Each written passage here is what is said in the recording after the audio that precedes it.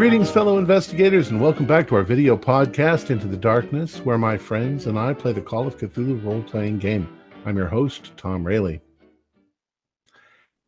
He who learns but does not think is lost. He who thinks but does not learn is in great danger. Our campaign is Horror on the Orient Express, and this is episode 79. I'm your game master, and Jeff Wilkins will be giving the recap.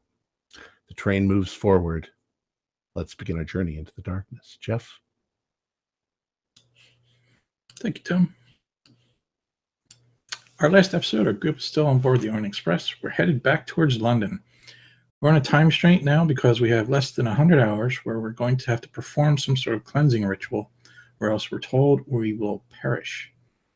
We're on the train also with Salim Makriat. Apparently, he too must complete the same ritual. Salim knows we're on board the train as well. He's made one attempt already to try and poison Eldridge. He almost killed Jack Gatling, but thankfully both Jack and Eldridge have survived the poison. We spent a lot of time trying to come up with a way to maybe identify Salim, but it seems we don't have the capability to do that. Salim could impersonate anyone on the train. We must be suspicious of everyone. Eldridge notices something happening to his arm. He has a patch of skin that is now extra thick and has hairs on it. It's similar to how there's also a patch on Dr. Dawkins' leg. We think this might be the beginning or the onset of what will happen to us as the corruption creeps in. At around 11:25, the train stops as we enter Bulgaria. Dr. Dawkins notices that a man gets off the train and heads to the telegraph office. Dr. Dawkins recognizes him as the Calais car conductor, Emil. Dr. Dawkins was able to then later go into the same telegraph office, and he was able to see the message that the previous man had just sent. It said, "Urgent, join SOE 0320M. As Dr. Dawkins gets back on board, he sees that someone has spotted him, but that someone quickly ducks his head back in between the train cars. We wake the others, and between us all, we figure out that it means to be a message from Makriat that's instructing someone to meet him on the Orient Express at 3:20 a.m. at the Svilengrad stop. Eldridge also has an incident. Just as he's back into bed, he thinks he hears a noise coming from outside his window. At first, he's unsure what it was, but then we realize it sounded like it might have been a body being tossed from the train. We deduce that since Makriat has now been identified by Dr. Dawkins, he's now killed someone else so that he can impersonate them. Of course, this whole entire trip so far, this is also more speculation. It's late. We're all suffering from a lot of stress, a lack of sleep, and yet the train keeps rolling on. That brings us up to date. Okay. So, we've established Eldridge and Dr. Elizabeth have gone back to bed. That's correct. And Dawkins and Frank are kind of resting in the salon car, a little bit afraid to go back to bed.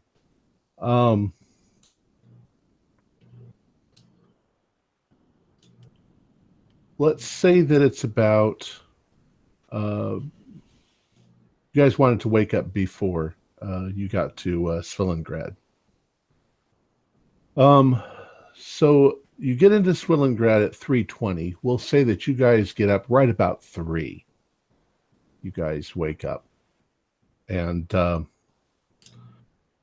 when Eldridge, when they wake you up, they give a knock on your door to wake you up. It wakes Gatling up as well. And he excuses himself. He says that he has to use the restroom. So what do you do? Are you putting your clothes on? Going to go out?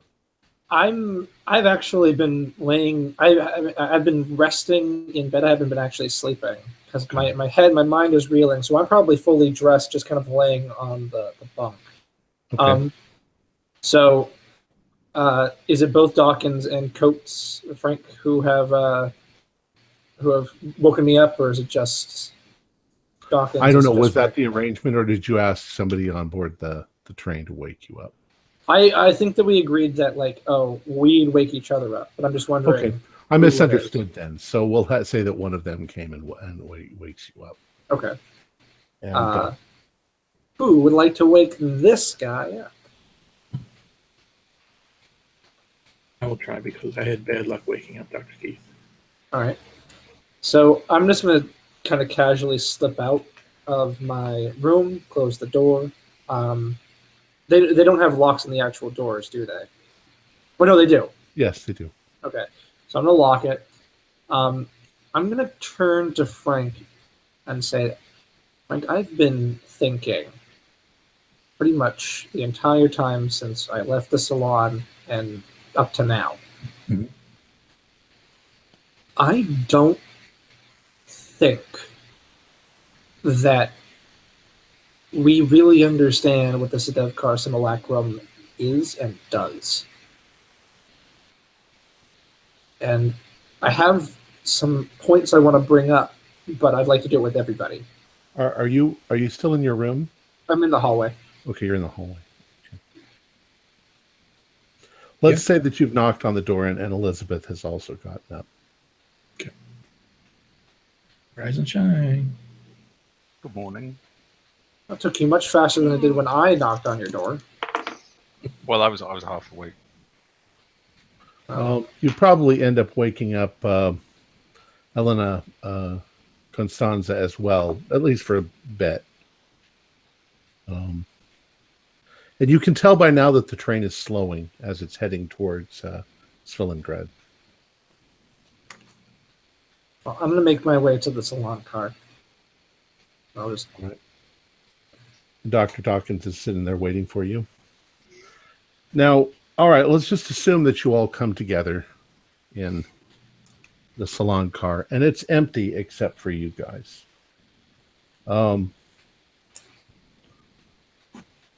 Take over. Go ahead. So, now that we're all here, I've been thinking about the Sedevkar simulacrum and what we know or what we think we know, and also about Makriot.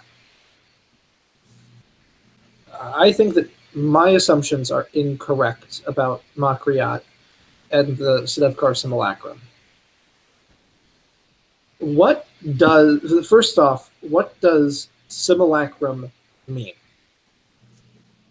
It means something that bears a resemblance to something, usually the human form.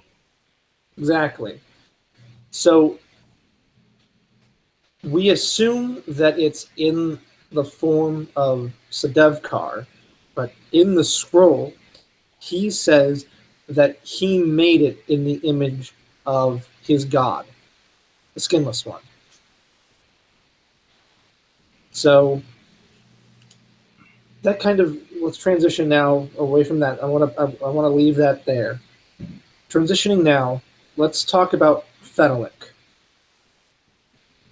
Fenalik never wore the Sedevkar simulacrum. He didn't have the scrolls.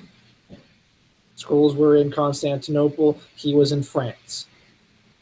Yet he was still able to use the Sedevkar simulacrum for longevity and vigor.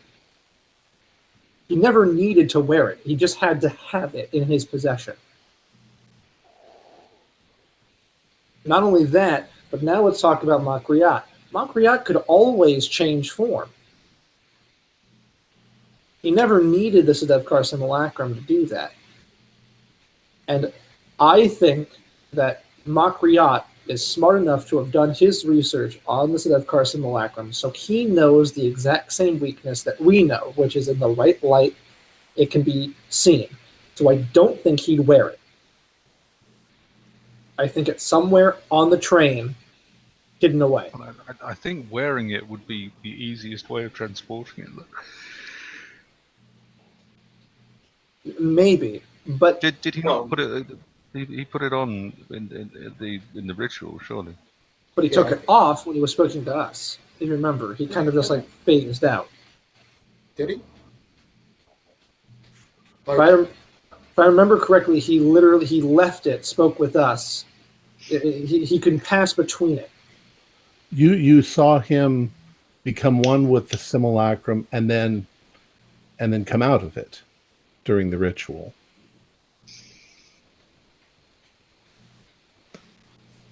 So you didn't see him put it on and leave it on. Aha, right. So I think that we don't actually know what it does, because if it's in the represented form of the skinless one, we don't know what the skinless one is or what the skinless one does. All we know is that it can provide longevity to someone who doesn't even wear it.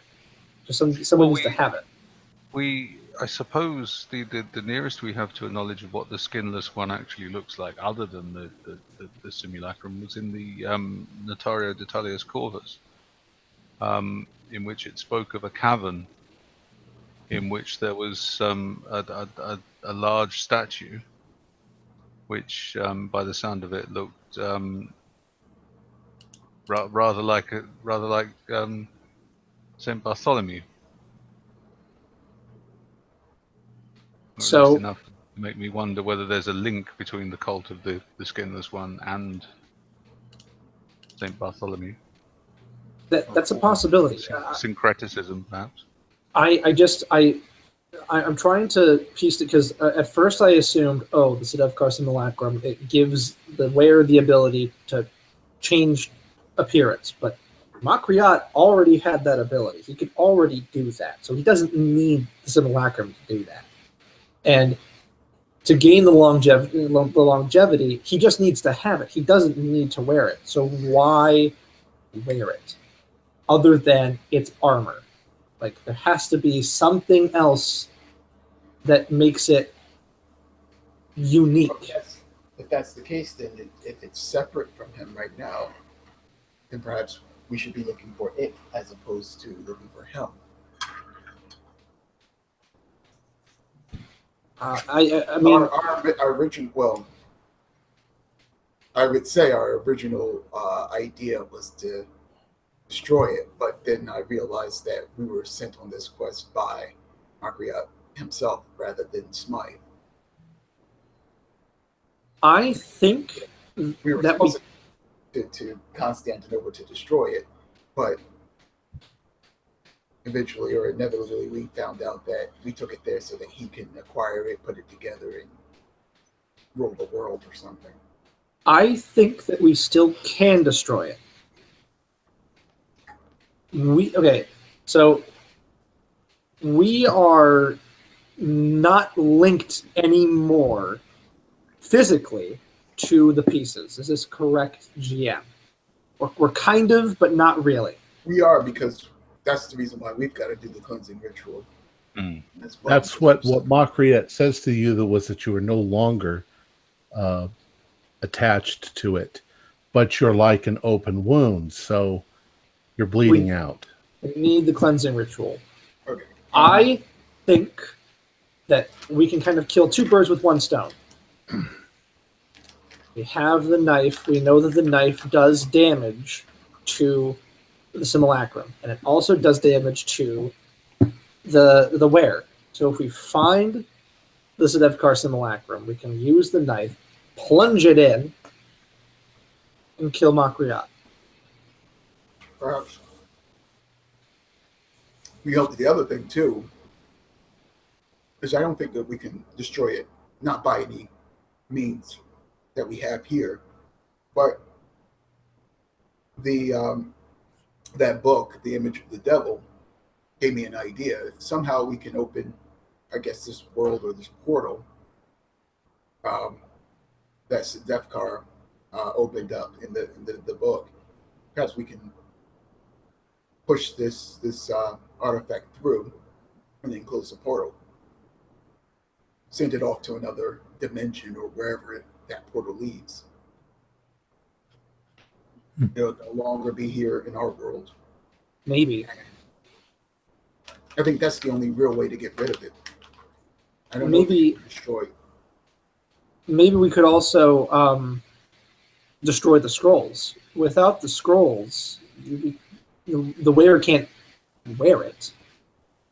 No. I mean, it would still exist, but it couldn't be used to take over the world. unless he has an eidetic memory and knows what's exactly on each scroll. He might not even need the scrolls after that.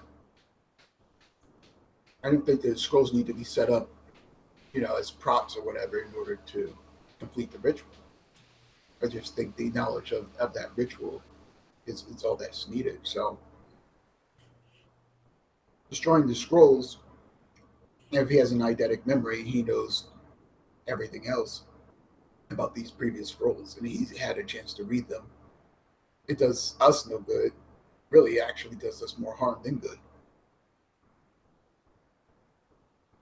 So, and maybe those scrolls have a way for us to open up this other world. We don't really know anything about that portal, do we? We don't know why he opened that. No. But I would imagine it had something to do with the skinless one. And if we were to return this artifact to the skinless one, I don't know. Perhaps if we were to, I guess, toss it into this portal, the skinless one might want to take whoever's really connected to it, which would be Montreal. It might get rid of him as well. But something that you're not bringing up is that a portal is a doorway. We can push it through, but something else can come out. True. There's risk in opening that or doing that. But wasn't it open in the book? Did something else come out during that, I guess, his ritual when the knights came and tried to stop him? It's been weeks since I've read that. There was a sort of implication that there was something in there, I'm sure, or that he was trying to call something out from there.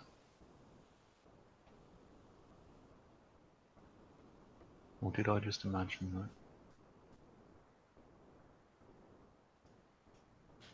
that? Do an idea roll.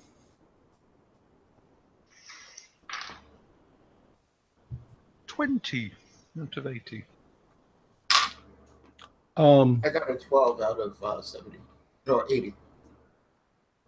I don't really think there was any detailed description on whatever he had. He had a large piece of skin stretched out with sort of light shining from the center of it, according to the text, that had dragons and all sorts of things in it. So there's nothing for sure. Convert also, how do you open a portal? Right.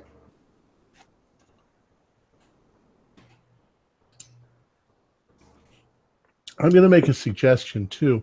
If you still have the information on the first, the scroll of the head, let me take a look at that again.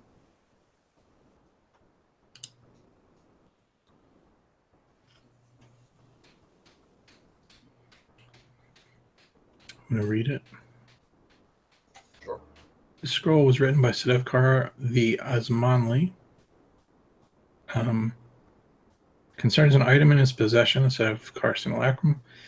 In this scroll, Sedefkar prophesies that he is soon to lose the simulacrum, and so praises it and makes a record of it in a set of 5 scrolls. This scroll is the first of the 5 and is referred to as the Scroll of the Head, being the thoughts and history of Sedefkar. The 4 missing scrolls are the Scroll of the Belly, concerned with the worship of a being known as the Skinless One. The Scroll of the Legs, a series of body-affecting magics, the foundation on which Sedefkar's power was built. The Scroll of the Right Hand, a ritual which awoke the statue and is the driving force of Sedefkar's power. The Scroll of the Left Hand, containing a ritual which balances this power, a necessary ongoing sacrifice. The scroll is a rambling, insane document. The author has not set down events in any form or order, making it difficult to follow. The most detailed description in the document dwells on the torture and skinning of human beings.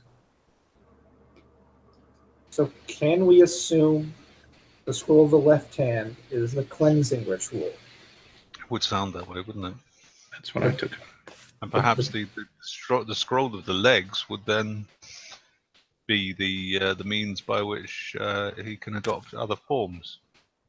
Which means, well, it could be that he had one of the legs, and then the actual cult had one of the other ones, because they've been able to do skinning magic, and for some, like they've been able to wear people's faces and such. Maybe they just have. I don't think we'll ever know the full extent of their powers. The scroll of the right hand, a ritual which awoke the statue and is driving force. So Lovecraft's power. So what if the simulacrum actually is like a physical embodiment of the skinless god? I was going to say, because awoke makes it sound like it's sentient. It's almost as if the statue is in fact the skin of the skinless one. Which would make sense, because it is a simulacrum. It is a likeness. Mm-hmm. What happens if the likeness also... It's a physical likeness, but it's also a magical likeness as well. Well, in occult terms, the two are one and the same, aren't they? If you make a likeness of something, then it's a repository of that thing's power. It's an avatar. Yes. It's a physical avatar in our world of it, which is the thing. The question is how did they... I'm sure that the scroll of the head actually talks about it, but do we remember how he actually got the pieces? Did he chisel them, or was it presented to him? It sounds like, from what you've just read to us, Frank, that it sounds like it was presented. There's a paragraph ahead of it. You want me to just read that out loud then? Sure. Okay. I have seen the powers which stalk the night and strike fear into the hearts of all those who worship the false god. I know him and I worship him. The skinless one has spoken to me. He whispered secret words into my heart of hearts, and I know what I must do now. I have seen it in visions, and it is that my Lord said it was. In my dreams, I have seen its perfection striding above the ruins of cities. Kings and countries have fallen before it. Even gods must fall before it. I recognize in the first time I beheld it as an object of power that would bring the world to its knees. It glistened like the finest pearls. It awoke when I flayed alive the wretch who sought to steal my treasure from me. That night, he came to me for the first time and told me what to do. I meditated before its glory. All praise to the one without skin. I performed the 17 devotions and opened it for the first time. Within, the artifact was soft and smooth. As I ran my hand across its inner surface, it felt like the skin of a newborn babe. I offered 4 children as sacrifice to my master. Then I used it for the first time. In his wisdom, the Lord of naked flesh had made it to my height. In all modesty, I believe it was made in my image. Blessed is the chosen of the skinless one. I have been careful to keep it untarnished. The substance is the color of purity. It should not be tainted by that which is unclean. That he says it was the color of pearls. Mm-hmm. But when we saw it, it's black or purple. Yeah, but it changes that, right? He was talking about the inside. No, that was only when it was in the dark or covered up. The moment that it was exposed to light, it turned from that purplish to a white color. Yeah. Did he not also say that he believed it was created in his image, not the image of the skinless one, but in his image, Sedevkar's image? Yeah, that's how it kind of ends there. Yeah. But if you remember, if you looked at it, it would appear to be in your image, and if I looked at it, it would appear to be my image. Mm. So it's in the image of the beholder. It sounds like it was presented to him, or it came to him. Somehow it found a way to him. He didn't make it. He was presented it by the skinless one after performing the 17 devotions.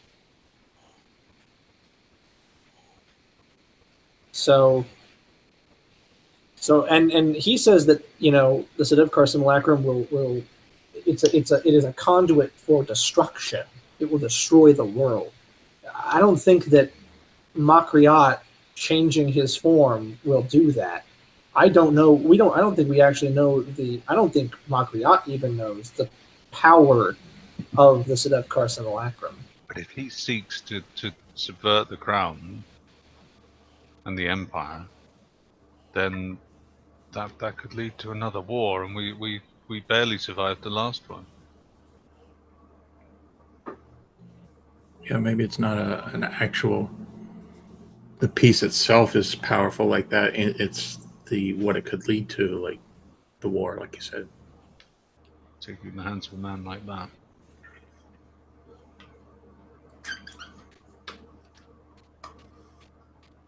Well, here's one thing that we can. I assume it's that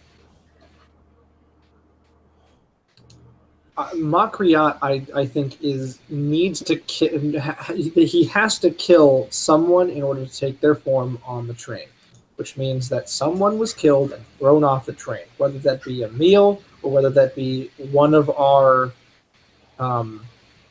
companions in one of the other cars. He's on the train, and I think that he knows that Dawkins saw him, and so he has dumped his former self and has assumed a new role. Yeah, that makes sense to me. I think that's a reasonable assumption. I question you on what you were saying about Fenwick. So, Fenwick never wore the Sedefkar simulacrum. He couldn't have. He needed the scrolls in order to do that. Fenwick only had it in his possession. He owned it, and it was in his possession, and that's how he got his immortality, so to speak. He said it. He said he wanted it so that he could continue living, that he could feel revitalized. He didn't want to wear it. He just wanted it. So it has residual power, but that's not the real power. Changing forms, longevity, strength, those are just like bonuses, the perks of just having it. We don't know what the actual purpose of this thing is. Unless it's right there in the fact that it's armor. Maybe if any other weapon besides the Mem Sahis, any non-magical weapon, just wouldn't do any damage whatsoever. Was the Mem Sahis the weapon that they used to tear it off of Sedefkar? Yeah. So then that has to be it. It makes you literally invincible. Because you're right, the purpose of it was armor. I think there's more to it than that. I think there's probably there's something to do with the skinless one, and I think there's in some way the person wearing it becomes the living embodiment of the skinless one, with all that entails. And of course, we aren't members of the cult, so we have no idea what that entails. Yeah, that's true. And that's something that's another point that I wanted to say. Makriot wanted to effectively destroy the cult. He doesn't care about the cult. He wants to rule the world, and he wants to do it practically alone. Well, he has their knowledge now. He doesn't need them, does he? So, what I'm suggesting is that Makriot played us. But what if the skinless one is playing Makriot?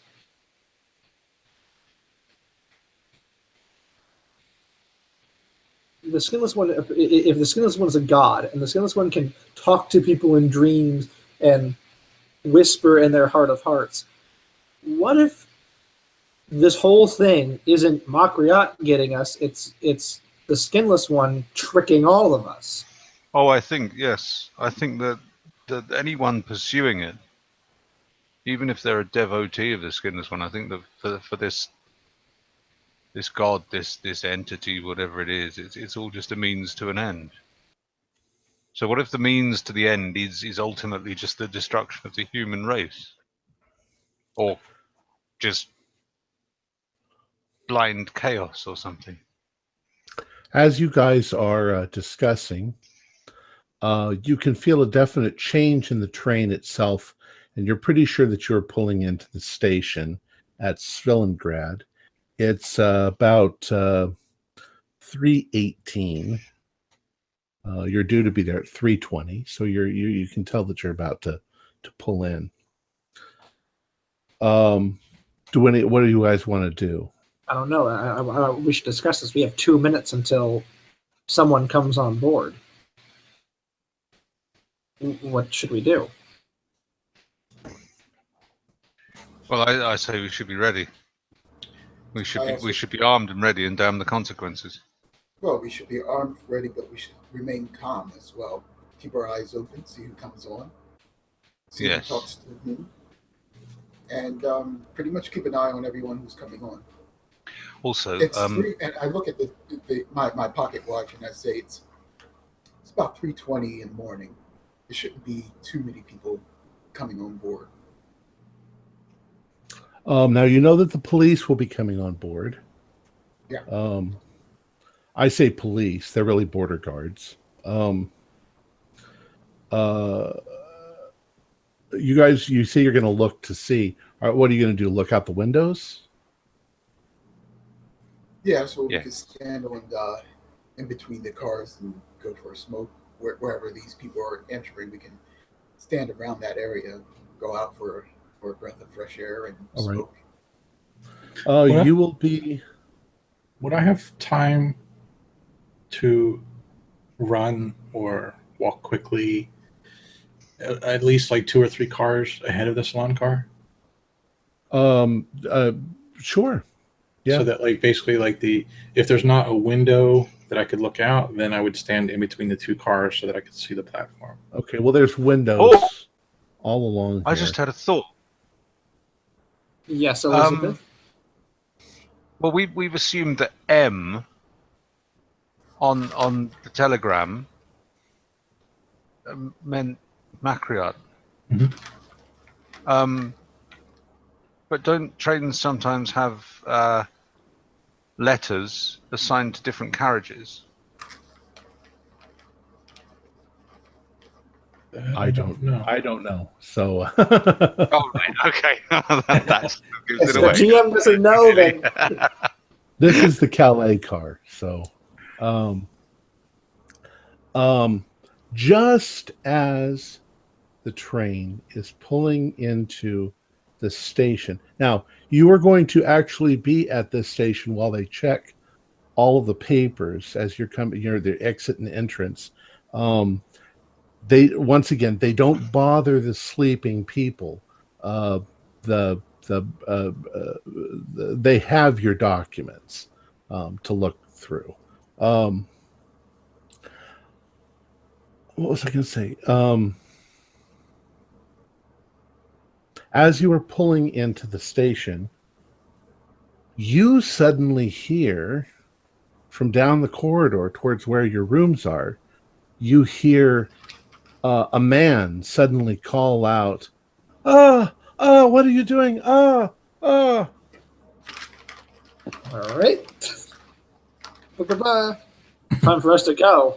I get up and I immediately run towards the sounds of the screams. All right. I guess I didn't hear this since I ran ahead. Are you running towards your rooms or away from them?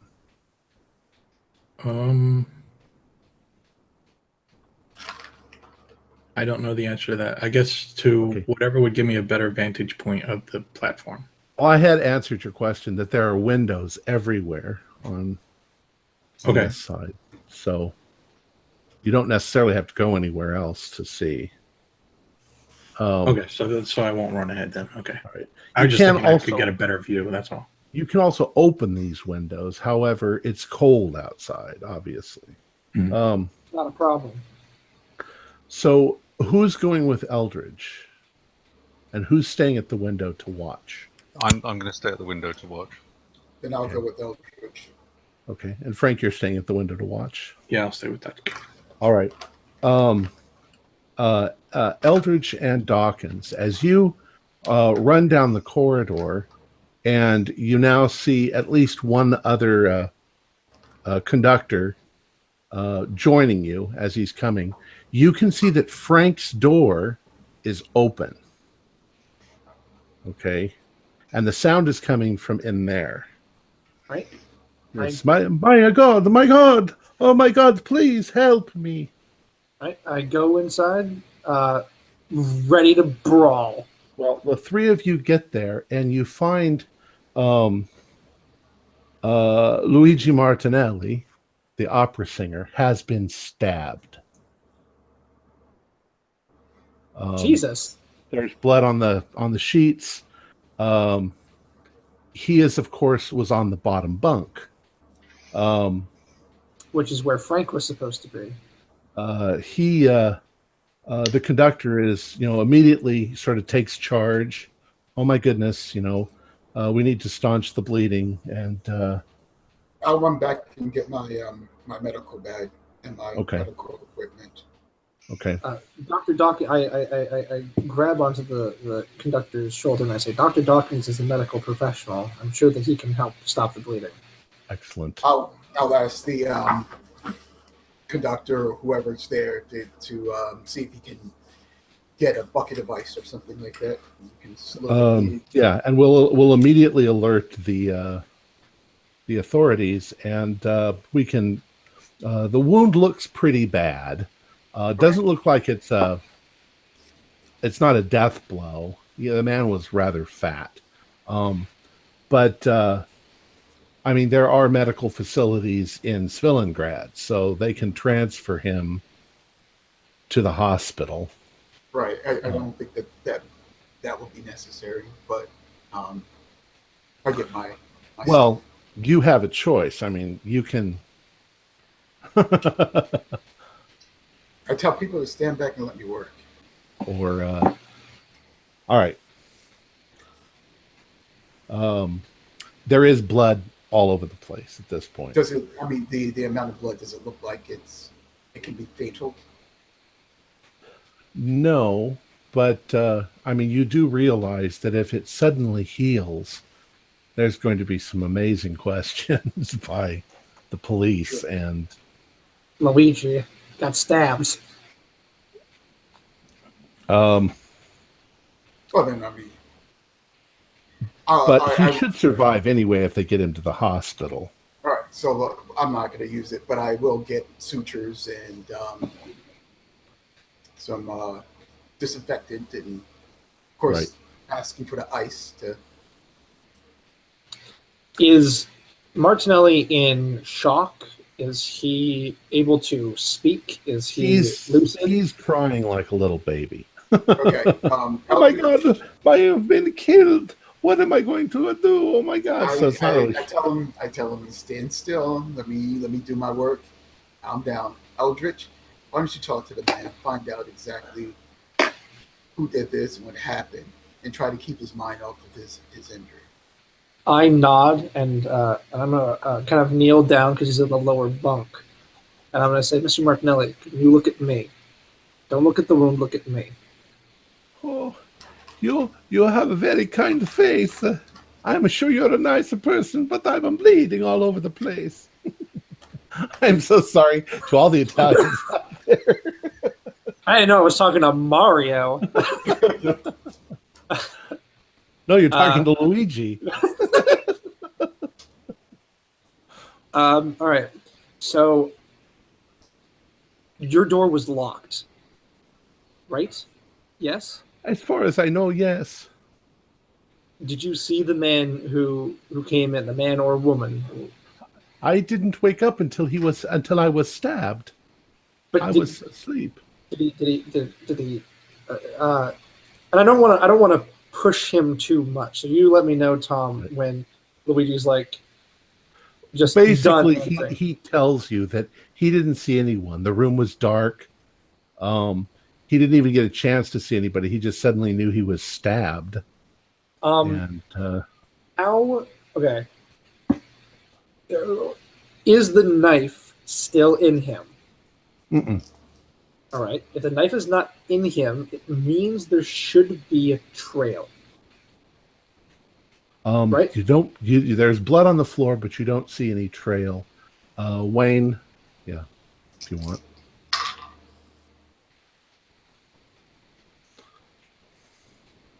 Well, I'm going to let Dr. Dawkins perform his medical roles and everything like that. I'm going to go out in the hall and I'm going to look around and see if I can see anything. Anything out of the ordinary, blood, the weapon, something, anything. Well, at this I got point, a 5 out of 50, so that's an extreme. Yeah, so you're patching him up okay. Probably get him to a hospital and he'll be how fine. Deep is the wound? What's that? How deep is the wound? Is it like one puncture wound, or is there's a chance that it might have punctured his bowel. You're not sure, but bowel? Yeah, because he got stabbed just like right. He was probably laying on his side. So then there might be some. All right. Okay. Right. Does he? Well, I'm going to try to patch him up as best I can. Does he look like? Or does he start? Is he starting to feel? Well, it's only been just a few minutes, so it wouldn't happen that right, fast. Right. And what his. I'm sorry. What year is this again? What? 1920. 1923. Penicillin was. Okay, never mind. Okay. All right. Yeah.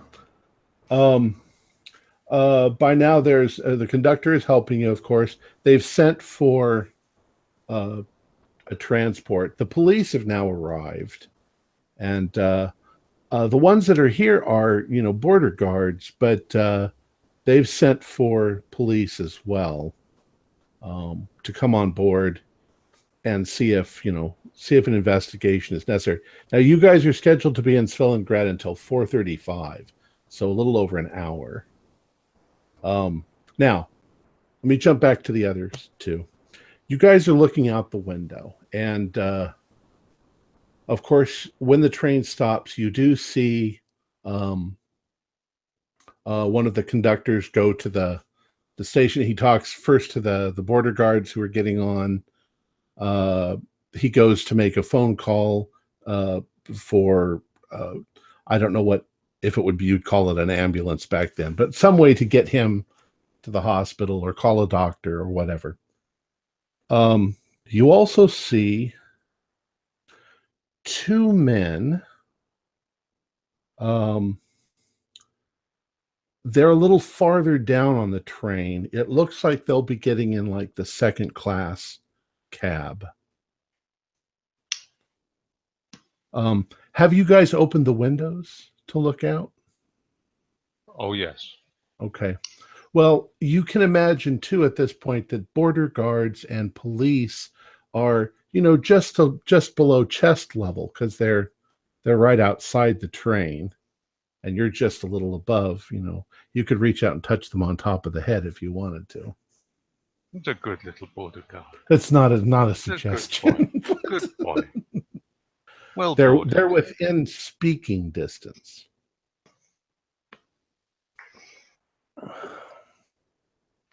Okay, but you don't actually know what happened, so. No, there's just a commotion.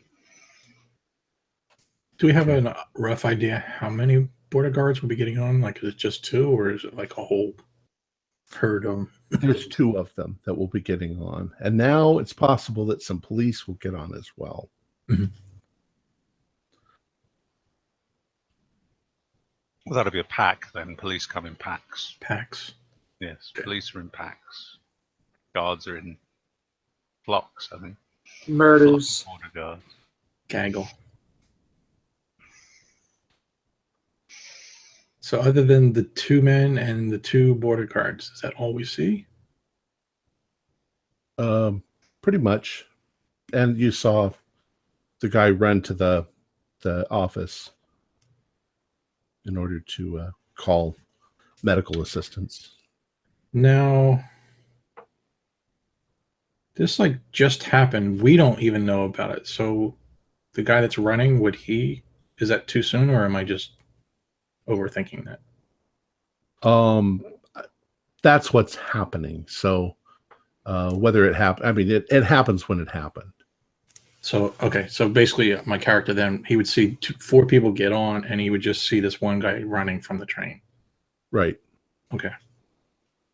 And it's an employee of the train that gets we heard the shouting though, didn't we? Like that. I mean, when the other 2 left to investigate. Correct. Yeah. What was. So we know something's happened. Something's happened. That's all we know. Something's happened. That's Makriat getting off. Well, these 2 chaps seem to have turned up and got on the train as well.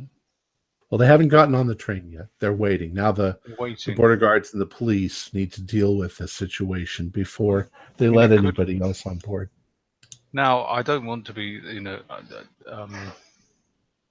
think this through too much, but it could even be the border guards or the police, couldn't it? Because I mean, if let's say he had some people disguised as police hanging around. Yeah, absolutely. The platform, and then stabbed the bloke, so the police have got an excuse to get on the train. Mm-hmm. I mean, my money's on the two chaps who are waiting by second class, but at this stage we can't discount any possibility. I mean, these people have tendrils everywhere.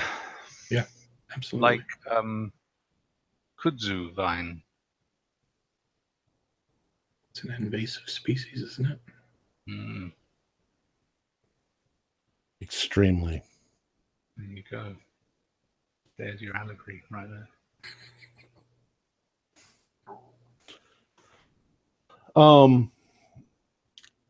At this point, a couple of the policemen enter into the salon, and they come over to where you are, ma'am, gentlemen, sir. One of the passengers was. Did you see anyone running through this car in the last 5-10 minutes? No, we've been sitting here alone for some time. All right.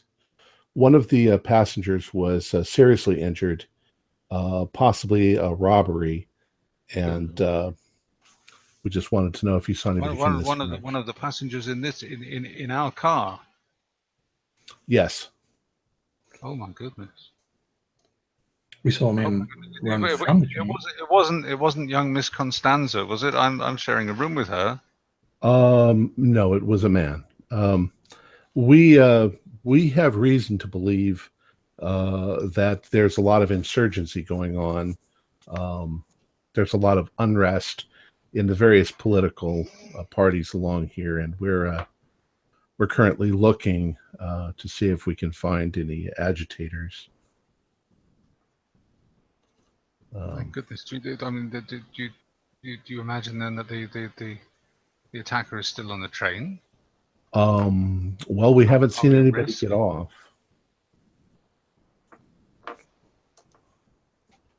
I'll mention the guy that I saw run off the train. You saw somebody run off the train. Right as we pulled up. Was that a conductor came off the train to alert us that there had been that the incident had occurred. That may be the man that you saw. Okay. Have you seen anything else? Anybody suspicious? Anything going on that we should know about? I'd look at Dr. Keith. Oh, so Dr. Keith is suspicious. No. I've still got my curlers in. That's highly suspicious. Well, I must say we haven't seen anything of what was that conductor chap's name? Emil? Emil. Yes, we haven't seen him for a while. He sort of disappeared a while ago. Is that Emile Sicard? I believe that's the chap's name. Yes. Well, I sometimes see him when the train comes through here during the day. Most of us know most of the people on the train. It's the same people every few days. I'll keep an eye out. He may be asleep this time of day. I just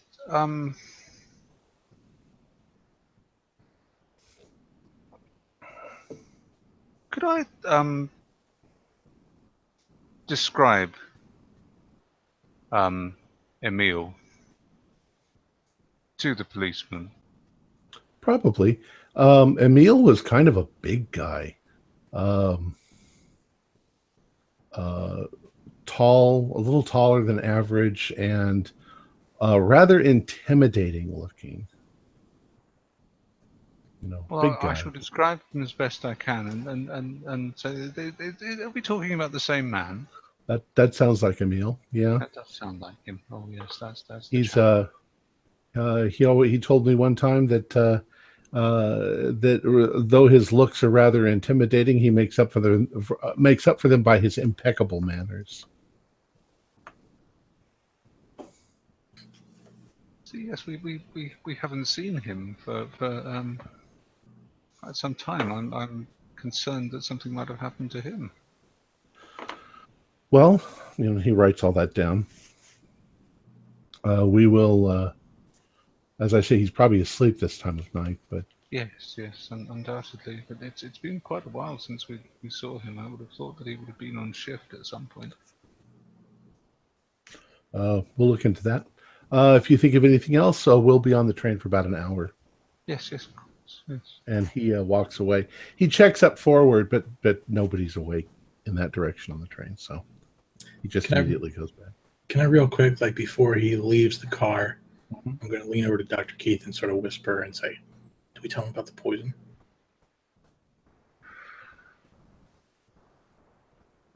Well, I mean, if you think he should, but he might hold the train up. What if it holds? That's my fear. All right, I'm not going to say anything. Perhaps Jack will. But you're right. That could lead to another long delay. We can't afford that.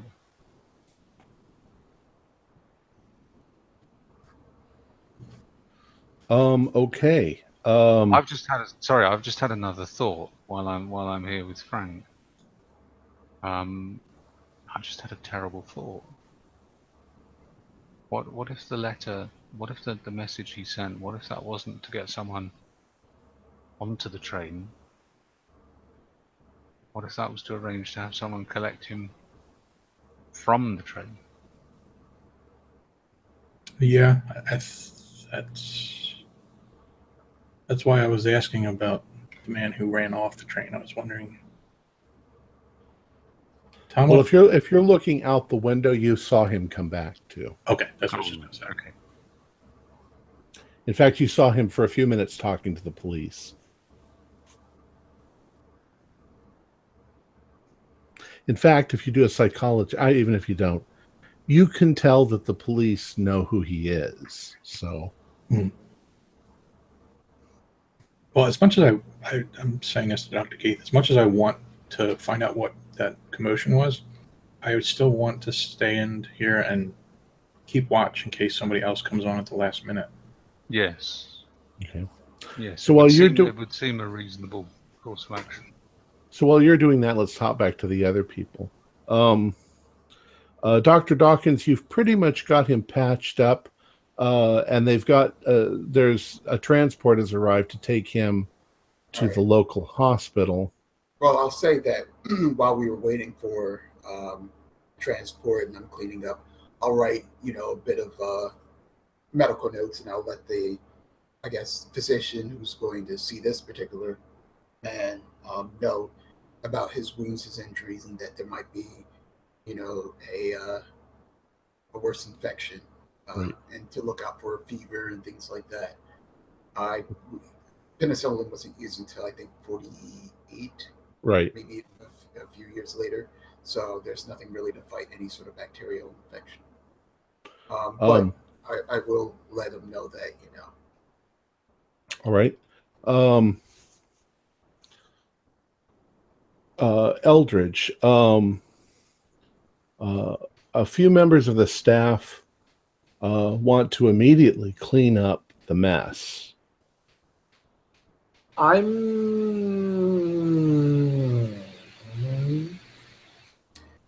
Eldritch?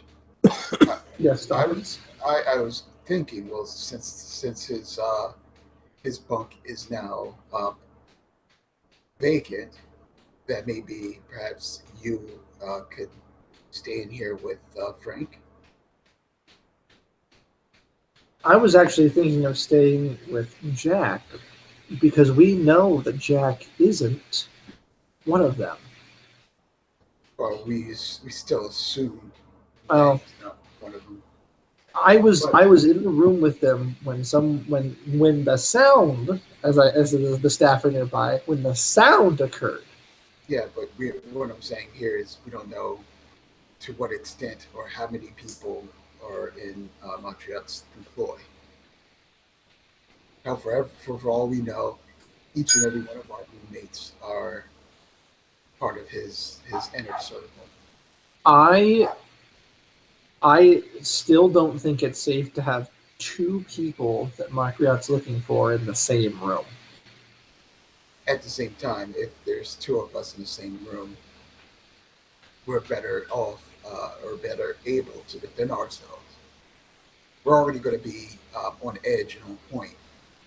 So if one of us falls asleep, you have somebody else to back you up. Well, but I mean, it's up to you. I mean, you can say it, Eldritch. I'm not there. You just don't want to spend the night with me in the room, right? what was that? I think I hear someone bitching in the other compartment. If you're insistent on staying with Jack or whatever his name was, I'll come in here with Frank. I'd rather be, amongst somebody that I know and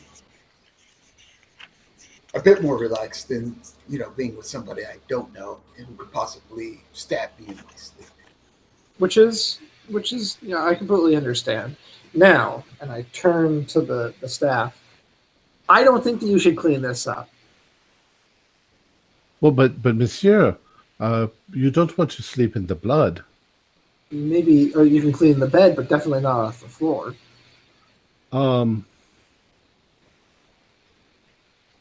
There's an investigation going on, or there will be an investigation. Someone on your train has just stabbed another person. That's evidence. Yeah, they don't really have forensics back then, so. I know, but where there be blood, there be a stabbing. Well, there was a stabbing, and they know who got stabbed. But we don't know who. I've got my Sherlock Holmes hat on. I mean, we know who got stabbed. We don't know who stabbed. Who stabbed? Well, who? Yes. you can do a little sleuthing, but the connection of cleaning up the room and figuring out who did the stabbing don't connect for him. If they are adamant about cleaning the room, that's fine. Dawkins is planning on sleeping in here anyways. So I kind of just like wave them off. Frenchmen. All right. Well, they'll delay for a bit. I'm going to push past them, and I'm immediately in my head. If not Dawkins. If the man who attacked Martinelli had run in the direction of Frank and Keith, they would have seen him. So I'm going to head, and they would have made it very known that someone was running around with a knife in their hand and blood. So I'm going to go in the opposite direction and kind of just walk. Well, they would have had to have gone through the other cars to get to the salon, so they could have gone in any of the rooms or berths. What cars are between our car and the salon? Do we know? Is it just? We haven't really quantified it, but there are some. I mean, your Calais car is towards the end because, yeah, it's going to get it's the taken last. off. It's going to get taken off, right? All right. Well, I'm going to. I guess if we're near the end, I'm going to start from the end and work my way up to the salon. Okay. By the way, at this point, other people came out of their rooms, obviously, when they heard Luigi screaming. So yeah, he was singing as he was being stabbed. Oh, it hurts! Oh! Yeah, an operatic scream. Yeah, an operatic scream. He got stabbed, and that's what happened. I just wanted to sort of add in this. It doesn't make any difference, but Dr. Dawkins, Hiro is an asshole, so you don't really like being in the room with him, Right. anyway. That's So- exactly the reason why I want to leave, at least. So I'm going to start from the caboose and make my way up to the salon because, like I said, the train is a line. So Okay. if he ran past them in the salon, they would have known. Right. So I'm going to make my way up to see if I see anything. Blood, even little specks make all the difference. Okay. Go ahead and do a spot hidden for me. I will do a spot hidden for you. That is a 45. 65. That's passed. Not a heart, though. Okay. You don't really see anything. All right. You figure he could have gone into any of these rooms. You didn't have enough time. If you had been like right outside the door, you would have seen the person, but there was a good, 25 seconds before you got to the room. Well, and also, the cars they're not all, there's nothing connecting them other than, the platforms where you have to walk between them. So he could have just gotten off the train and just like. The train was hid. going fairly slowly. Yeah. Yeah. He could have jumped off or like hid. He could have just like hung off the end of the caboose. And then when it actually like slowed to walking pace, he just jumped off and ran. Like, yeah. Actually, it would have been a little bit more difficult than that because the connectors between the cars are shielded. There's a canvas that goes around them so that you can't accidentally fall off. Oh, okay. I thought they were like most travel cars. They were like open. Sorts of. In the winter, this time of the winter, no, they would be closed up. They got like a canvas. Okay. There would be on each car a place that would open up, another little sliding thing that would open up. That would be the stairs going down to the platform. And you the didn't see any of caboose those is open. Yeah, Right. and the caboose is also open. He could have just I'm gone. Right. Yeah. So, all right. If I don't find anything, I'm just gonna return back to the car and see if Frank and Elizabeth have had any success. Okay. So we'll assume this whole project takes about 50 or 60, approaching an hour. And Luigi has been taken to the hospital. Ultimately, they insist on cleaning the room. The police have taken a look at it. They've taken notes. They've asked people up and down the corridor questions. And the police, they're not going to stay on the car, so they don't really have any vested interest. So they're probably just doing it procedure-wise. Correct. Out of character, can I make an observation? Sure. To the others, I'll make this. I'll say that my character says it as well when we all get together. But with Luigi off the train, that's one person that we can eliminate as that's Macreat, because he was stabbed because the killer thought, Frank's going to be in that spot, go kill him, and so that means we can assume that the guy who stabbed him wasn't Macreat. Macreat knows what Frank looks like. Makriat knows the where we are, so he has an inner knowledge of the train and the manifest. And yeah, and Luigi's not Makriat. So, I'm going to go to the salon and tell them that. Okay. So you head into the salon. How about you, Dr. Dawkins? Once I'm done with cleaning up and everything like that, I'm heading back to the salon as well. Okay. So you're all back in the salon, and at 4:35, the train departs Stalingrad. Do Now- the two men who were waiting on the platform, did they get onto the train? They did. They were eventually allowed to get on. Though they didn't get on anywhere near where you are, they got on farther down the train. In what would be kind of the second class area.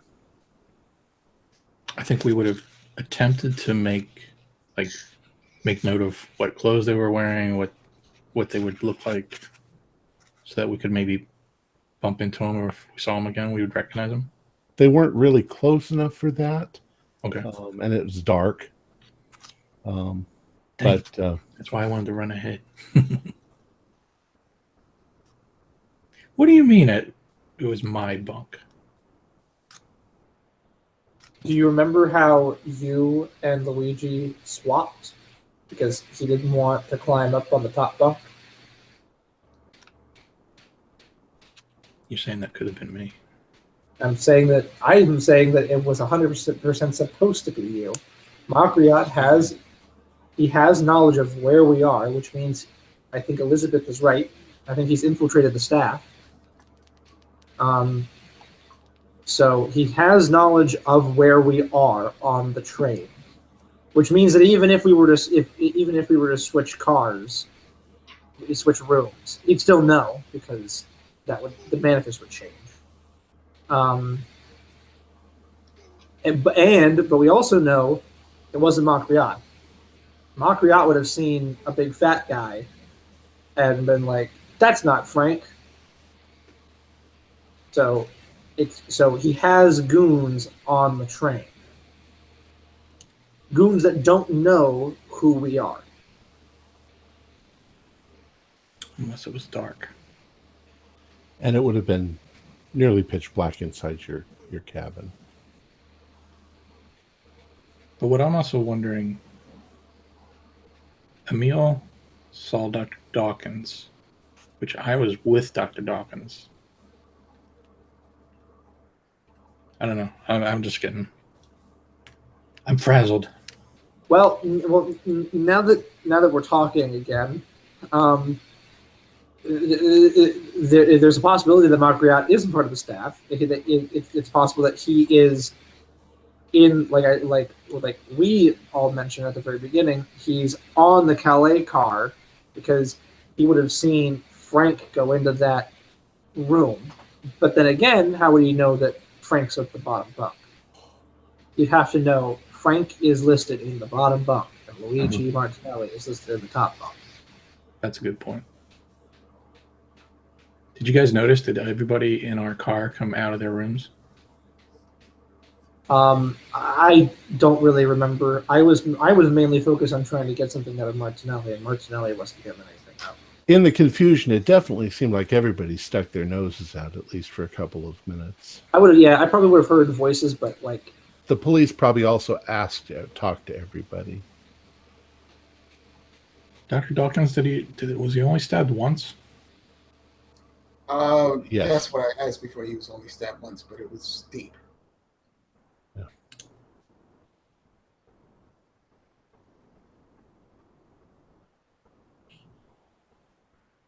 In your medical opinion, would that be a death blow? It can be. I mean, like if you wanted to kill somebody with one stab, would you stab him in the abdomen? If you really wanted to kill somebody with one stab, you would stab them in the heart. But Now the question is exactly where was he stabbed? Because you said that he was laying on the side. So did it look like the attacker tried to stab him through the ribs and probably uh, underestimated his thrust, or did it just seem like that's where he was aiming?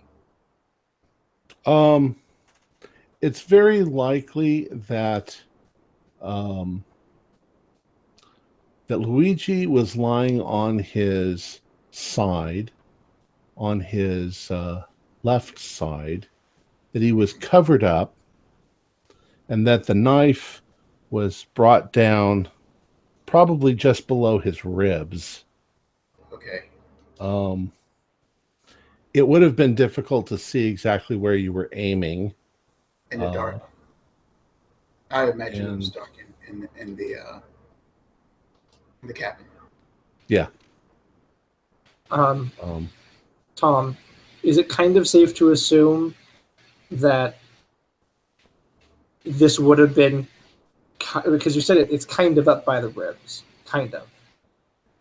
Is it safe to assume that this would have been a coup de grace if he wasn't fat?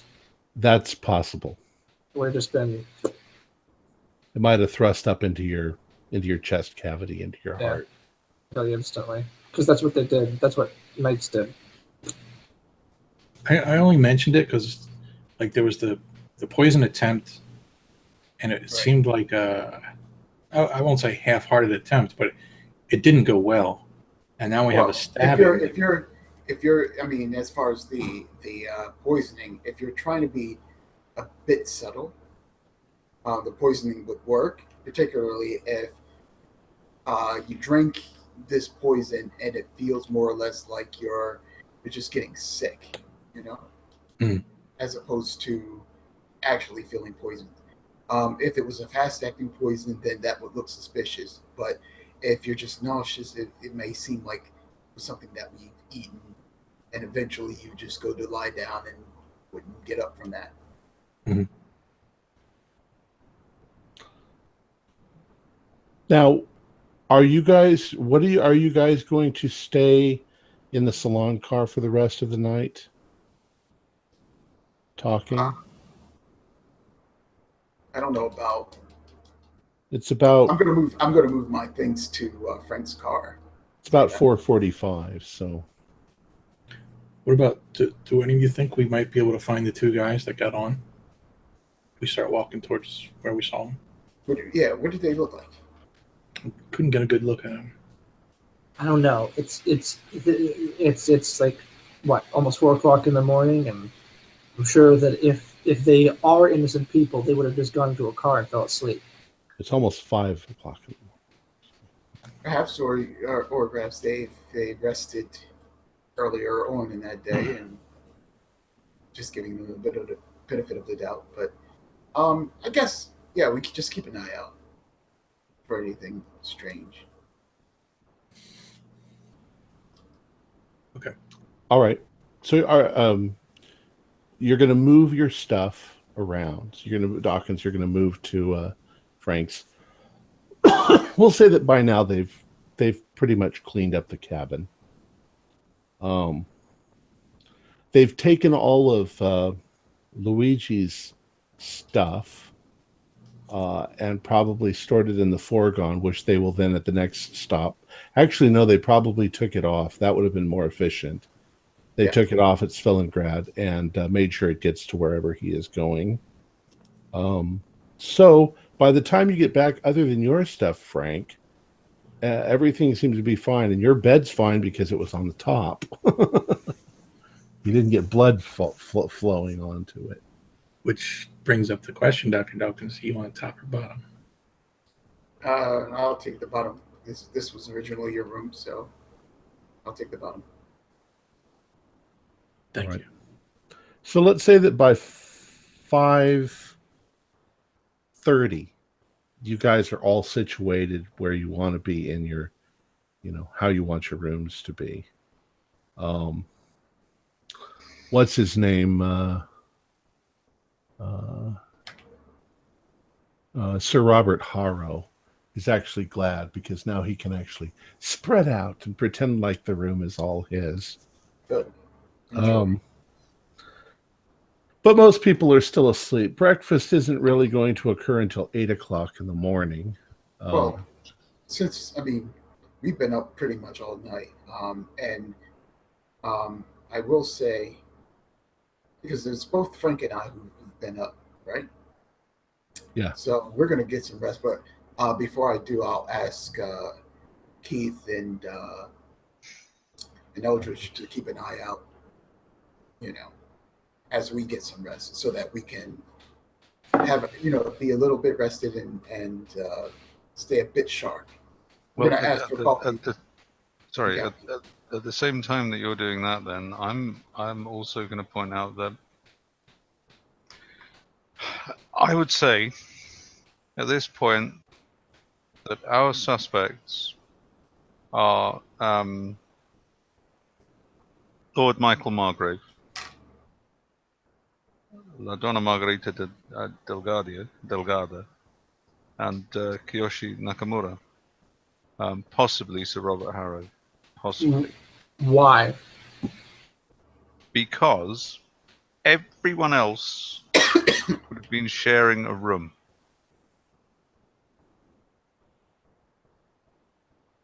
It would have been very difficult to infiltrate and kill someone, skin them, and dispose of their body in a room on their own, in a room with another person in it. So you're saying that it had to be someone in their own room, or when the room was vacant? Yes. So Robert Harrow was in a room on his own. He is now. Oh, well, I guess when Eldridge was out of it, yeah. We know that Jack Gatling was poisoned, so it's unlikely to be him. And also, Eldridge was in the room with him when Martinelli was stabbed. Elena Constanza was in the room with me when Martinelli was stabbed. The Comte de Bruzy and his wife were sharing a room. Mr. Herr Gronig and Amumu Haddad, the antiquarian, were both sharing a room. So that leaves Lord Michael Margrave, La Donna Margarita Delgada, and Kiyoshi Nakamura as the three prime suspects, and then we would have I suppose Sir Robert Harrow and probably any and all members of staff as a second tier suspects. Just to clarify My that, money's on those three. didn't this happen when we were all in the salon car though? Yes. So it could have been. Could have been any of them. No, but Yes, but there were previous incidents, weren't there? Like the suspected body being dropped from the train. yeah, we 100% know that. In my opinion, we 100% know that Jack is not involved in this. He is A, poisoned, and B, he was in the room with me when we heard the body drop. Okay, yeah, I see what you're saying. And then, but yeah, and I think what Dr. Keith is also implying is that there are other people who share rooms, and unless those people in the same room are together and they're like, oh, let's plan, it's very difficult for them to walk into a room with a knife covered in blood and not be seen. True, but you're assuming that all of these people aren't working together somehow. I may be paranoid, but I'm not that paranoid. Well, you need to be. I mean, until we get all this whole entire thing situated, we need to be that paranoid.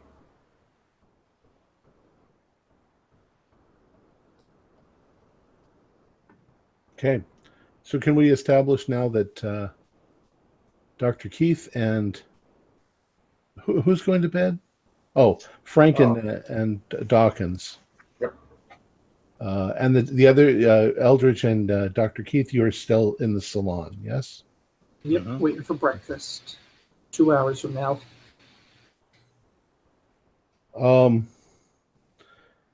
So as you are It's actually 3 hours from 5 o'clock, but the time has been moving as you guys have been discussing all of this stuff. So, all right. So the two of you who go to bed, everything seems to be fine. What time do you want them to wake you up? We gave them, I think, 3 or 4 hours. Well, say breakfast. Breakfast is at 8. I was going to say Thursday, but I just want to sleep. Just wake us up when we get to London. Yeah.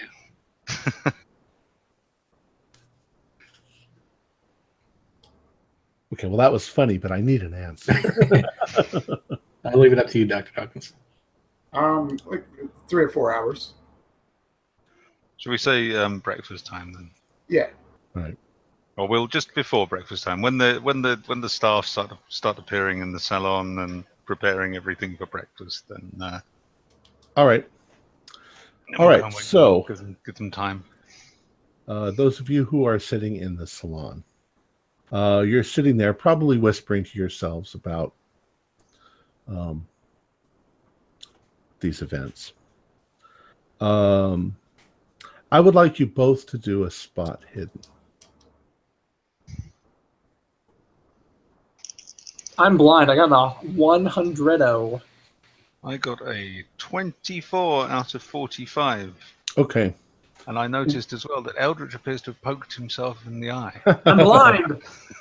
Well, no, actually, we can settle it really simply.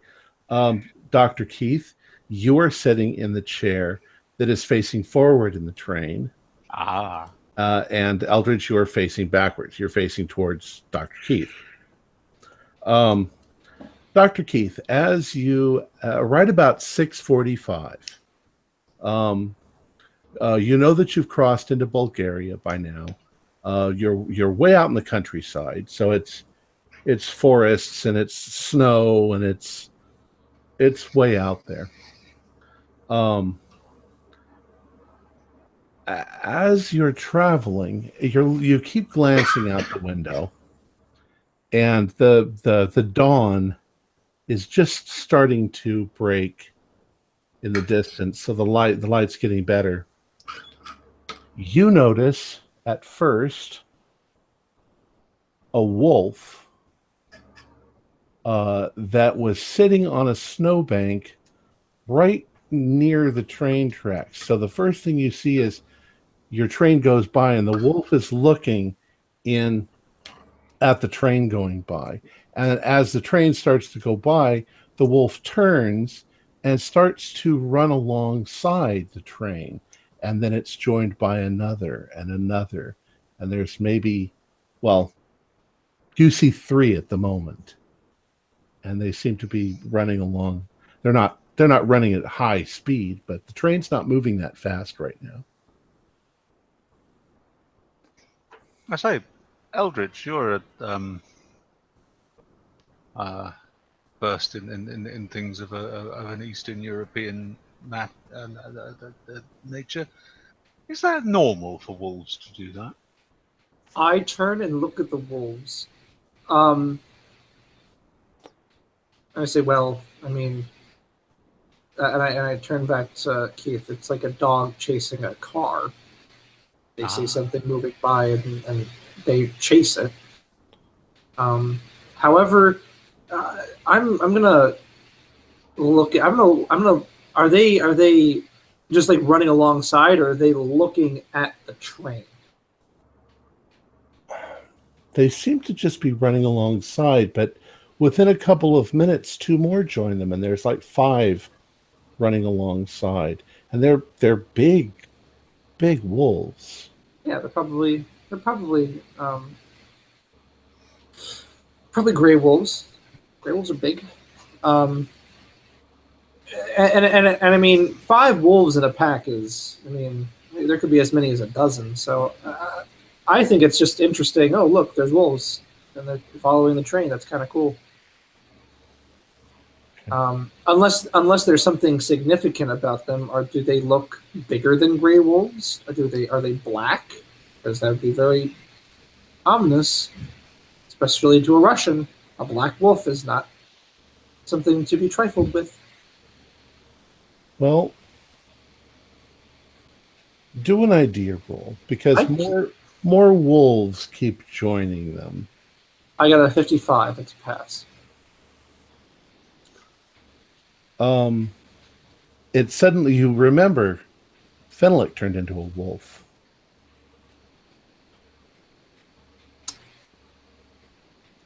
Yes, but it's during the day. Correct? Yeah. The sun's not quite up yet, but the sky is brightened up.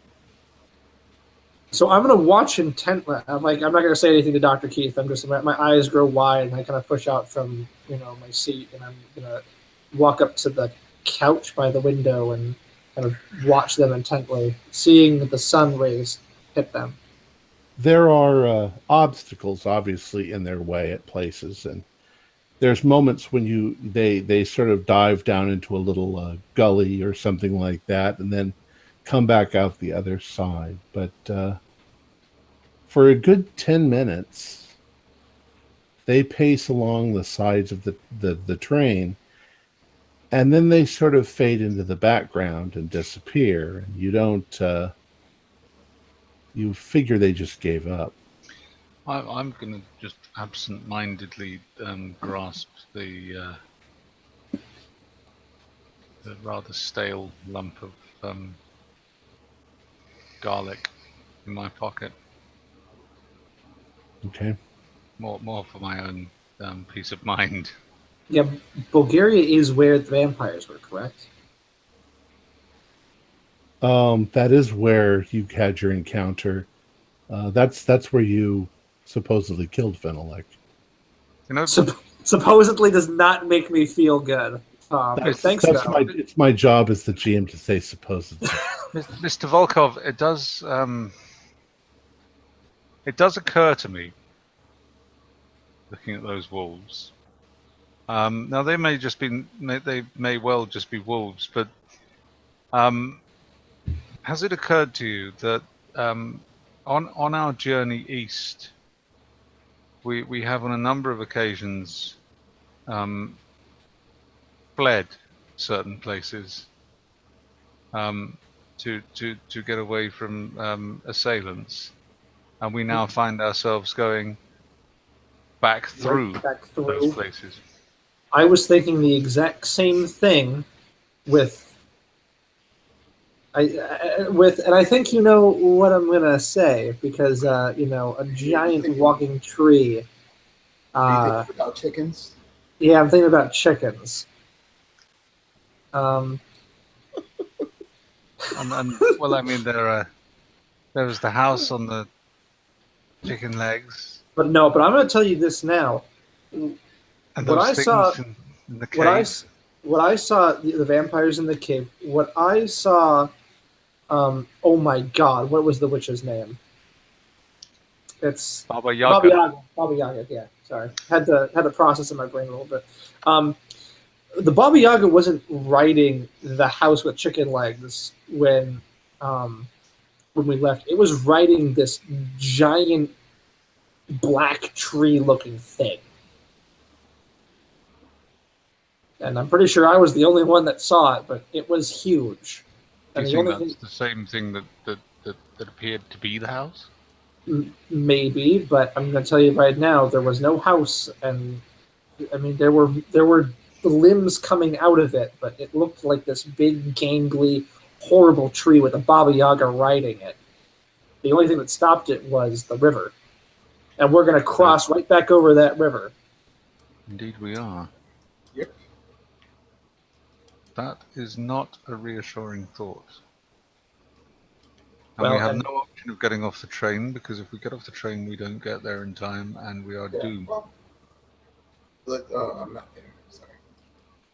Oh, and let's not forget, we're forgetting the creatures that lived beneath in the caves.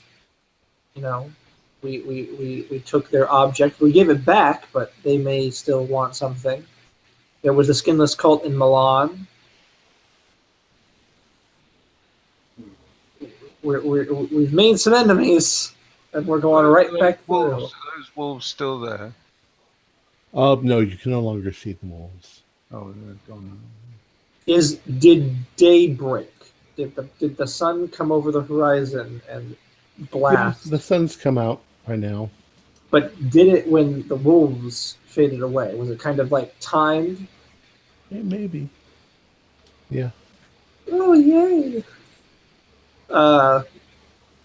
Yeah. All right. So now my Russian superstition is getting the better of me, and in Romania, they weren't bats. They didn't turn into bats often enough. I remember reading in Bram Stoker's Dracula there was a statue in the by the door of a wolf, because I believe that was one of Dracula's favorites, if I remember correctly in the book. It's been a while since I've read it. So yeah, wolves and bats. Let's watch out for those. Let's also watch out for giant walking trees. Let's also watch out for people with tentacles coming out of their chests. And invisible monsters. Visible monsters. How does one watch out for invisible monsters, I wonder? With a big stick going like this in front of you. Or a train. That would work. Well, and we're forgetting an even bigger... So no one has been able to get on the train except for one person. I don't think you were there for that. The Baron. Baron?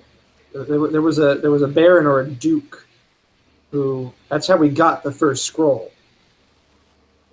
And he had this weird... I still have it, and I don't have it on me. It's in my bag. But he had a weird horse tail hair thing, and he spun it around. And he went over it, and he disappeared.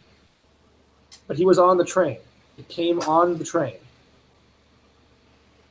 Strange how a few scant weeks ago I would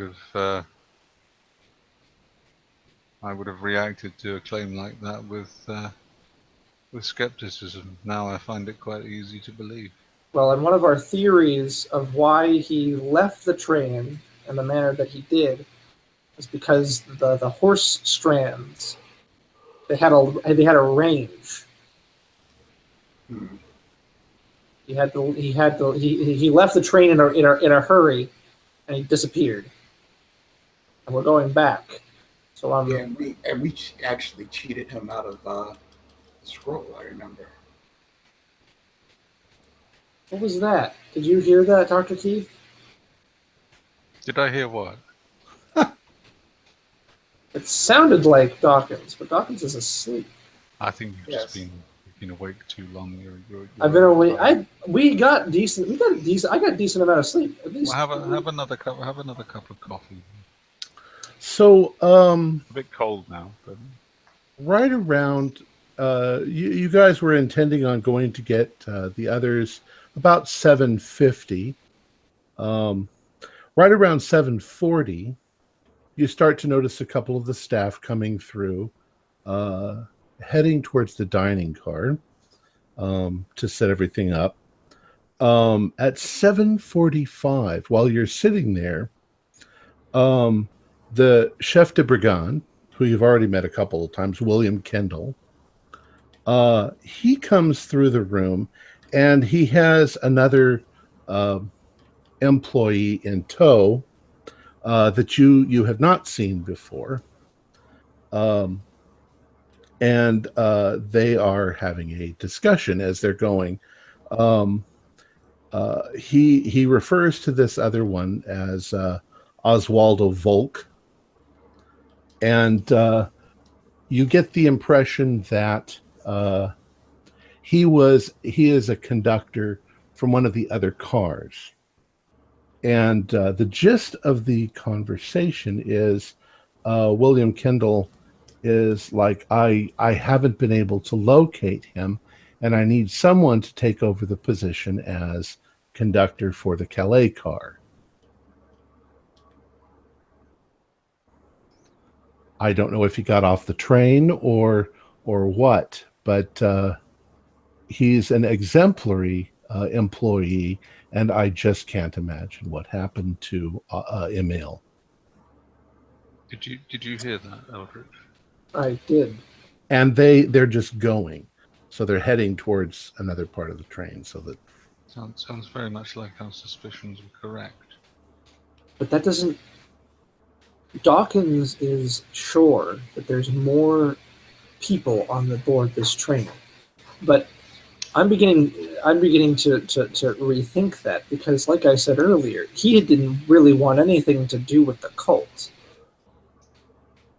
He just cared about getting the Sedefkar simulacrum and then heading back to England. It didn't really matter to him if the cult survived or died. Well, it did, yes, but surely he must have one or two henchmen. But he did have the henchmen, the lookalikes in England. So you are correct. He does have henchmen. But I don't know if they're on. I think they're on board the train now. I don't think they were on board the train then, though. So I think we're looking at I think whatever was thrown out of the train was a body. The body of whomever he is impersonating at present. I think that you're. I think that the original Emil was murdered before the train set off. I think that your idea, Dr. Keith, about the single person car theory of it has to be someone, an individual that was alone in their room. I think that that's the key. The problem here is that we need to be able to get into their room to see, because you don't just kill someone and have no blood there. Well, we also need to be very subtle about this, because obviously when he was spotted before, He off someone. He immediately changed his appearance again. Well, and I think that he is going to be much more careful, because now that I don't think that Makriat's stupid. I think that he organized this whole thing. I think he's incredibly smart. So I think that he's going to be even more careful now to make sure that we don't spot him again, because he knows that if we keep spotting him, he's just going to have to keep going through people one after the other, and that's just eliminating people. So one of our suspects may draw our attention to them by dint of not choosing to leave their carriage from now on. Not only that, but think of this. We met almost everyone. And we had conversations with almost everyone. And we from Jack, we know kind of about their personality and what they do and everything like that. Makriat doesn't have their thoughts or their personality. He just has their looks.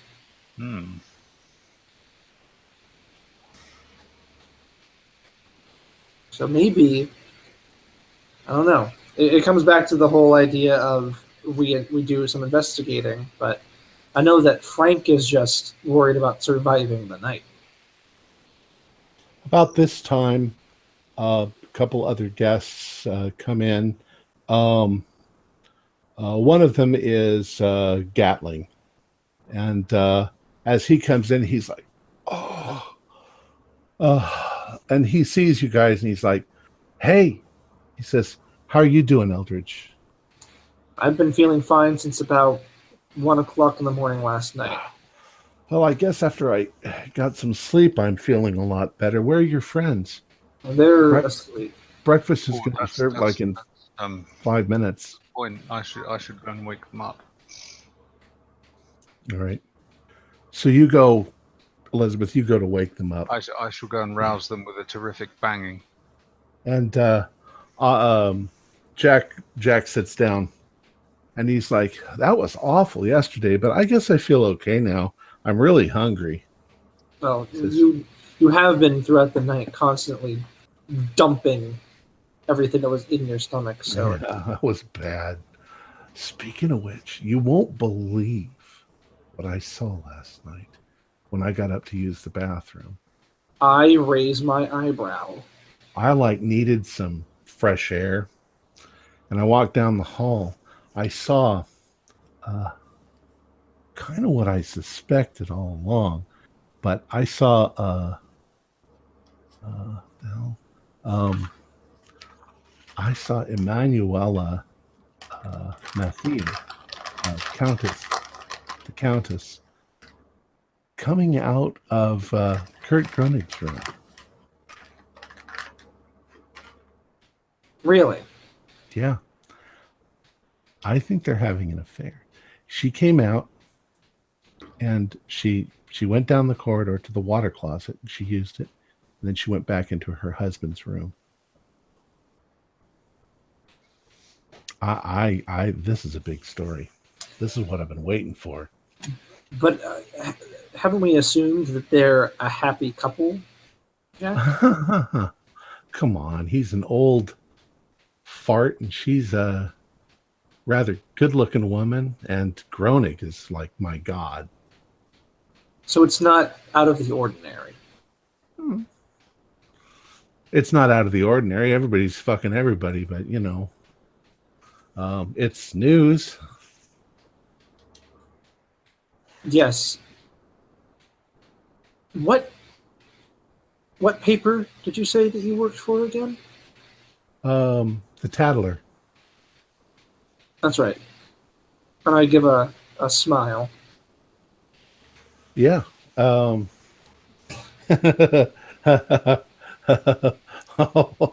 that's going to be a good story.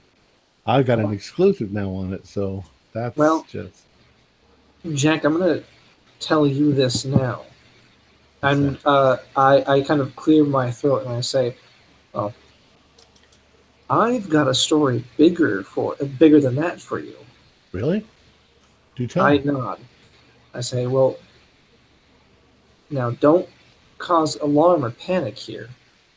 There are other people. He looks around. He's like, all right, tell me. But you know what happened to you last night, right? What happened to me? That I was poisoned? Yeah. All right.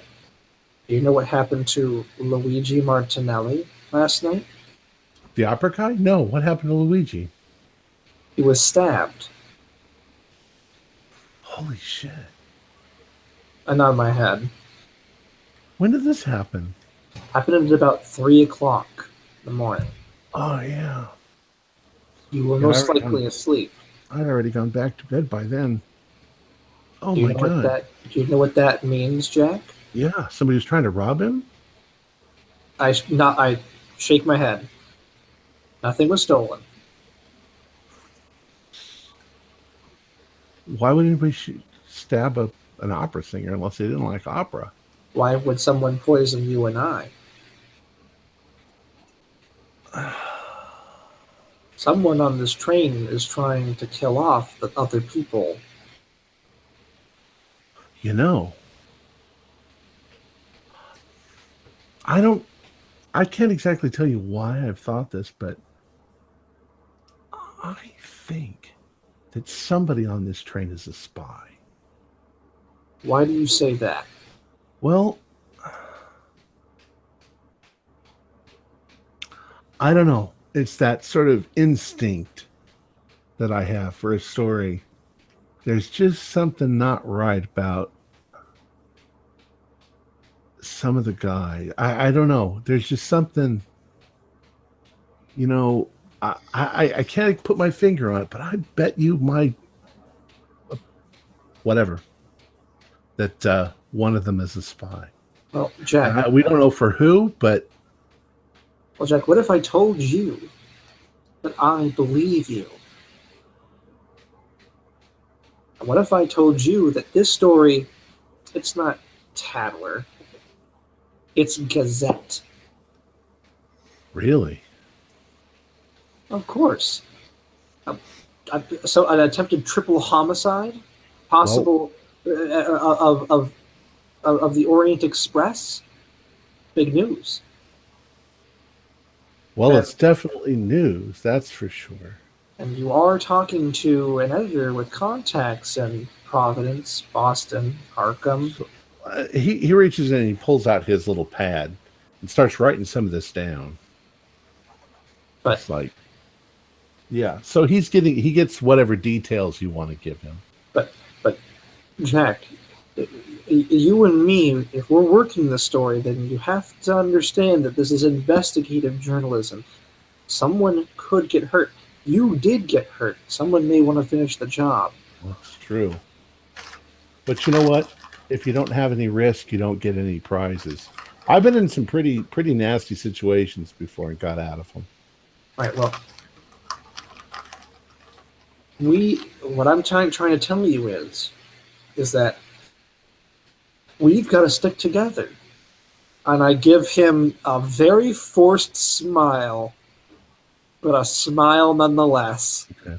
He says, we got a couple of interesting people in our group. Look, we got the little Asian guy, and we got the Egyptian guy. They just naturally look shady to me. I wonder why. But we've got a lot of aristocrats. We've got a lot of rich people on this train. Of course, it's the Orient Express.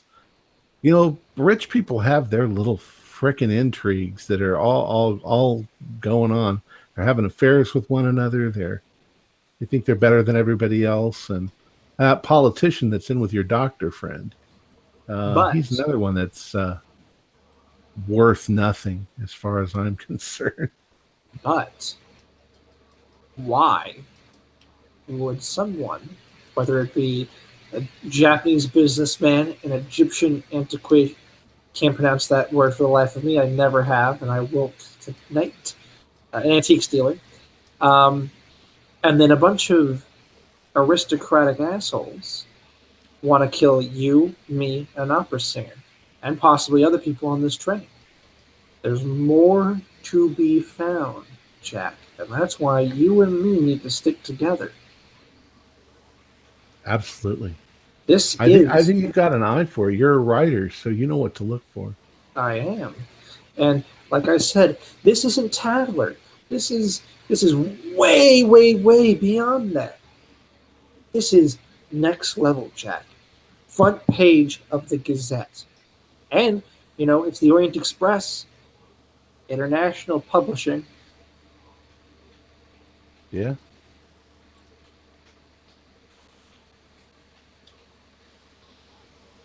All right. Let's do it.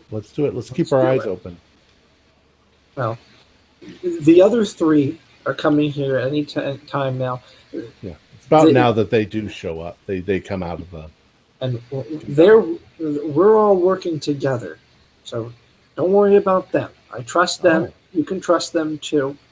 But something is going on. So you can trust us and we can talk. All right.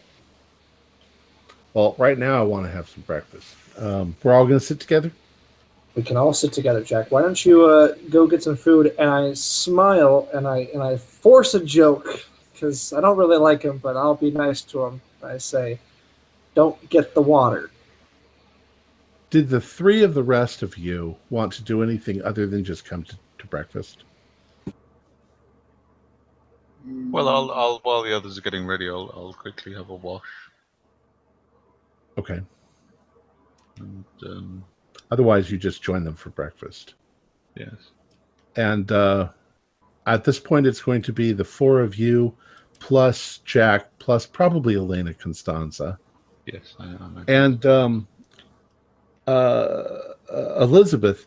Elena asks a bunch of questions about what went on last night and what was the stabbing and all that sort of stuff. She's very interested.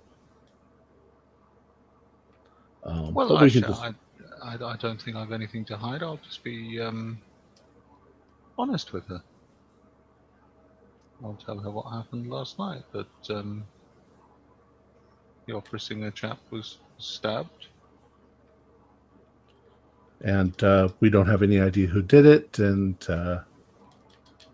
was he robbed? The same questions that everybody's going to be asked. Yes, and you can probably guess that at breakfast, the other tables, people are going to be asking questions. So you were all sitting at the same table, and Breakfast is fine. You guys have bottled water if you want water at all. Pretty much everybody in the car is there. Now, there is a moment when the Count and Contessa come in to sit down at their table, and Jack gets this sort of shit-eating grin on his face as he looks over at the Contessa, and she glances over and sees it, and you can see instant hostility in her eyes. Okay. Of course, none of them like him anyway, but we'll assume too that Eldridge, well, I'm not going to assume that. Eldridge, do you tell them? Well, and Gatling is probably blabbing. Oh, yeah. And I'm going to use his blabbing to my advantage. I'm sure that he's already begun spreading the rumor, which is less rumor, more fact, that it wasn't a robbery. But when he leaves to go get food, and we're together, but no one else is kind of. Well, they're going to bring the food to your table. So. Oh, lame. All right, I'm going to say, let's go get croissants. They're on that table over there. And I point to the croissant table. You're changing the entire makeup of this. Unfortunately, there's no croissant table. No, they're going to bring you their food. This is service, baby. I want my croissants handpicked by me. No, but I will tell the others that Jack will be accompanying us, and I'm going to kind of play a game of telephone and whisper in Keith's ear that even if he is even if he is one of them, keep your enemies closer. We may be able to use it to our advantage. Okay. Well, unless you guys have anything else you want to do at the moment, the train arrives in Sofia, Bulgaria at 11:15, and we can stop here and then have you guys arrive in Sofia the next time. So any final words from anybody? Who did we piss off in Sofia?